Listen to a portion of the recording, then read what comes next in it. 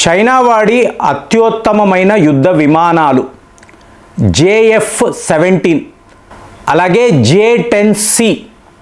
So ఇప్పుడు ఈ విమానాలు ఎలా పనిచేస్తాయి అంటే ఈ విమానాలకు సంబంధించిన ఎలక్ట్రోమాగ్నెటిక్ వేవ్స్ వీటిని మీరు పసిగట్టగలిగితే అంటే ఎంత పెద్ద విషయం చూడండి. ఇది ఎంత పెద్ద విషయము అంటే ఇవాళ ప్రపంచమంతా కూడా భారత్ను కొనియాడుతుంది.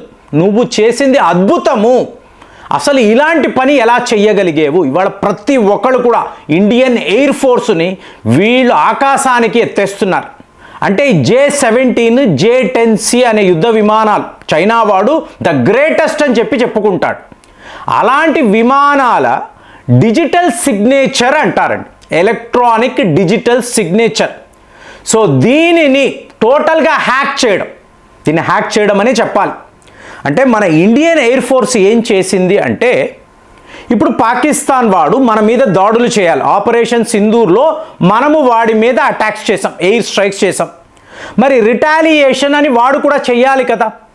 సో ఇప్పుడు అమెరికా వాడిని అడిగినప్పుడు F-16 విమానాలను బయటికి తీయకు, ఏమైనా జరిగిందంటే మా వైపు నుంచి స్ట్రాంగ్ రెస్పాన్స్ ఉంటుందని అమెరికా వాళ్ళు పాకిస్తాన్ని హెచ్చరించారు. సో అర్జెంటుగా F-16 విమానాలను తీసుకువెళ్ళి ఒక దగ్గర దాచిపెట్టాడు. మరి ఇప్పుడు భారత్ ఇండియన్ ఎయిర్ ఫోర్స్ మీద దాడులు చేయాలి కదా. దాంతో పాకిస్తాన్ వాడికి ఉన్న ఆప్షన్స్ ఏమిటి? ఫేమస్ చైనా ఫైటర్ జెట్స్ JF-17ని బయటికి తీశాడు. అలాగే J-10C అనబడే ఇంకొక యుద్ధ విమానం, సో వీటిని తీశాడు.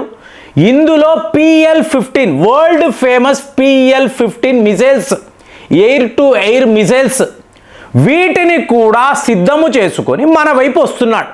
సో ఇప్పుడు ఇండియన్ ఎయిర్ ఫోర్స్ ఏం చేసింది అంటే వస్తున్న విమానాలను మనం అతి శక్తివంతమైన రేడార్స్, మన వద్ద ఎలాంటి రేడార్స్ ఉన్నాయో ప్రపంచానికి తెలియదండి. మొన్నటికి మొన్న F-35 విమానాన్ని మనం డిటెక్ట్ చేసాము, చూసారా, స్టెల్త్ విమానము. అప్పుడు ప్రపంచానికి అర్థమయ్యింది వీళ్ళతో ఆషామాషిగా ఉండకూడదు, వీళ్ళు చాలా పవర్ఫుల్ సిస్టమ్స్ పెట్టుకొని ఉన్నారు. వాడికి అర్థమైంది F-35 UK నాటో అందరికీ అర్థమైంది. ఇవాళ ఈ వార్త మీకు డబల్ బ్లో అండి. ఎందుకంటే PL-15ని మనము లిటరల్గా తుక్కు చేయడం, స్క్రాప్ కింద వచ్చి పడింది. హోషియార్పూర్ అంటారు, అక్కడ వచ్చి పడింది. తీసుకువెళ్ళి DRDO ల్యాబ్లో మొత్తము డిసెక్ట్ చేసి అసలు ఎలాంటి వైరింగ్ ఉంది, ఎలాంటి కాంపోనెంట్స్ ఉన్నాయి, సో మీకు ఇందులో ఉండే ఎలక్ట్రానిక్ సిస్టమ్ ఏమిటి, మొత్తము కూడా ప్రపంచ దేశాల ముందు పెట్టా. ఫ్రాన్స్, జపాన్, 5 నేషన్స్ అందరికీ ఇదిగోండి, ఇది చైనా వాడు క్లెయిమ్ చేస్తున్న ద గ్రేటెస్ట్ మిజైల్ ఇదే అని చెప్పి ఇవాళ మనం చెప్పాం.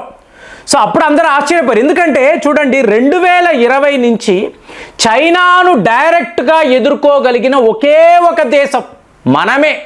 మీకు జపాను అనండి, తైవాన్, అమెరికా ఎవడు కూడా బెదిరింపులే, కానీ అసలు సిసలైన యుద్ధము అన్నప్పుడు ఒకడు కూడా చైనాతో యుద్ధము చేయడానికి సిద్ధముగా లేడు.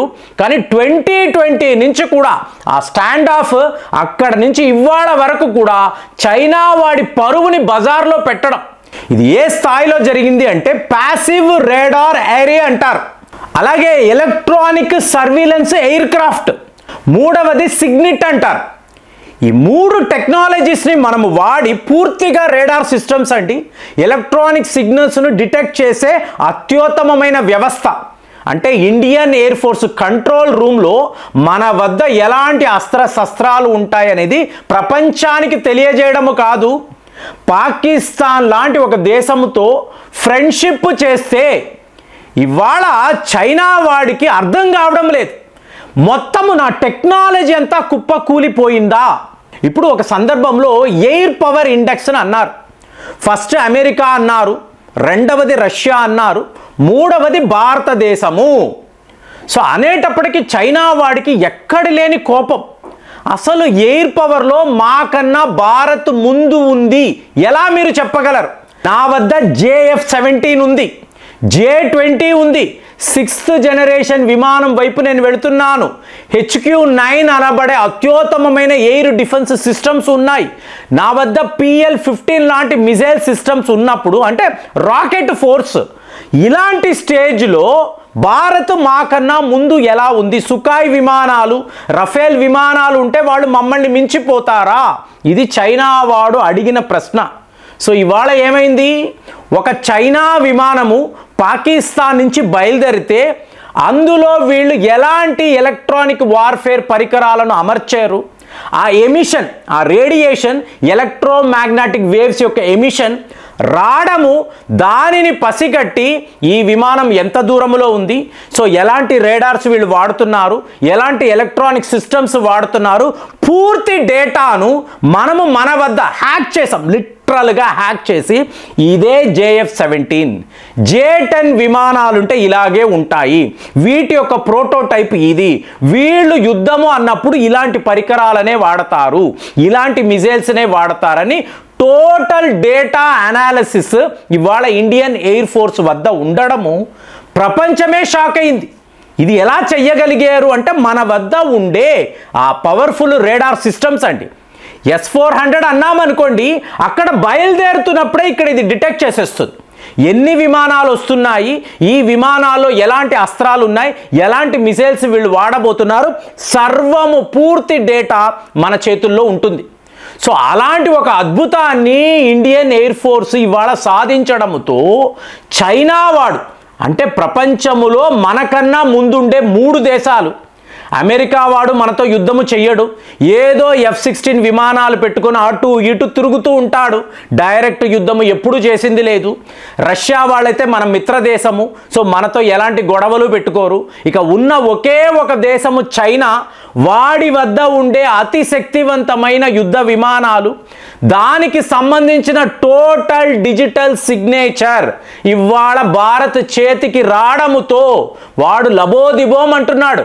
పాకిస్తాన్ ఇంత ఘోరం ఎలా చేసావు అంటే పాకిస్తాన్ వాడికి ఏంటో కూడా తెలియడం లేదు, అసలు ఇదంతా ఏంటో తెలియడం లేదు. నేను దాడులు చేయడానికి విమానము బయటికి తీసాను, గగనతలములో ఎగరడానికి వెళ్ళాను, ఇంత డ్యామేజ్ జరుగుతుందని నాకు తెలియదు. షూట్ డౌన్ చేయడం కాదు ఫ్రెండ్స్, వాడి టోటల్ డేటాను మీరు హ్యాక్ చేయడము అనేది ఇంతకుముందు నాకు తెలిసి ప్రపంచంలో ఏ ఒక దేశము కూడా చేయలేదు. ఇవాళ మన DRDO అనండి, అలాగే మీకు మన ఇండియన్ ఎయిర్ ఫోర్స్ అనండి, ప్రపంచం ముందు పెడుతున్నారు.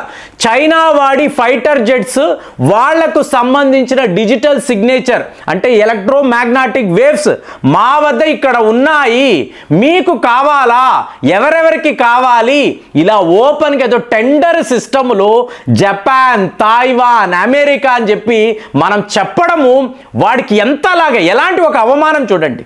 అడ్వాన్స్డ్ కంట్రీని ఎప్పుడు చెప్పుకుంటాడు, హైయెస్ట్ రాకెట్ ఫోర్స్ అంటాడు, హైపర్సోనిక్ మిజైల్ కూడా నా వద్ద ఉంది అంటాడు. అలాంటి చైనా యొక్క ఈ బతుకు ఇవాళ బస్ స్టాండ్లో పడింది. టోటల్గా వాడు కొలాప్స్ అయిపోయి ఉన్నాడు. ఇప్పుడు ఈ విమానాల్ని వాడాలి కదండి, వాడలేను. భారత్కి వ్యతిరేకంగా ఈ విమానాలను వాడడము ఎలాగా, బయటికి వస్తే టోటల్గా తెలిసిపోతుందండి. టోటల్గా ఎక్స్పోజ్ అయిపోయాడు. మన ముందు వాడి వద్ద ఉండే మిసైల్స్, ఈ విమానాలు ఇలా దొరికిపోవడం. సో ఇప్పుడు దొరికిపోవడంతో వాడు ఫస్ట్ పాకిస్తాన్నే నిందిస్తాడు, నీతో ఫ్రెండ్షిప్ వల్లేరా ఇలా అయ్యిందంటాడు. కానీ వేరే ఆప్షన్ ఉందా? ఐరన్ బ్రదర్స్ అని అనుకుంటారు కాబట్టి ఇవాళ ఏదో భారత్ మీద దాడులు చేసి వాళ్ళ విమానాలను కూల్చేస్తాం ఇన్ని మాట్లాడారు కదా. ఈరోజు ఇంత అడ్డంగా నువ్వు మాకు బుక్ అయిపోవడము, నీ యొక్క హైయెస్ట్ టెక్నాలజీ భారత్ చేతికి రావడము, చైనా వాడి యొక్క డబల్ బ్లో, ఇలా ఇంత దారుణము జరిగిందా అని చెప్పి వాడు లబోదిబోం అనడము చాలా విచిత్రంగా ఉంది. మరి చైనా యొక్క వరల్డ్ ఫేమస్ ఫైటర్ జెట్స్ మనకు ఇలా దొరికిపోవడము, దీనిని మీరు ఎలా చూస్తున్నారు? కామెంట్స్లో రాయండి. మళ్ళీ వచ్చే వీడియోలో కలుద్దాం. జై హింద్.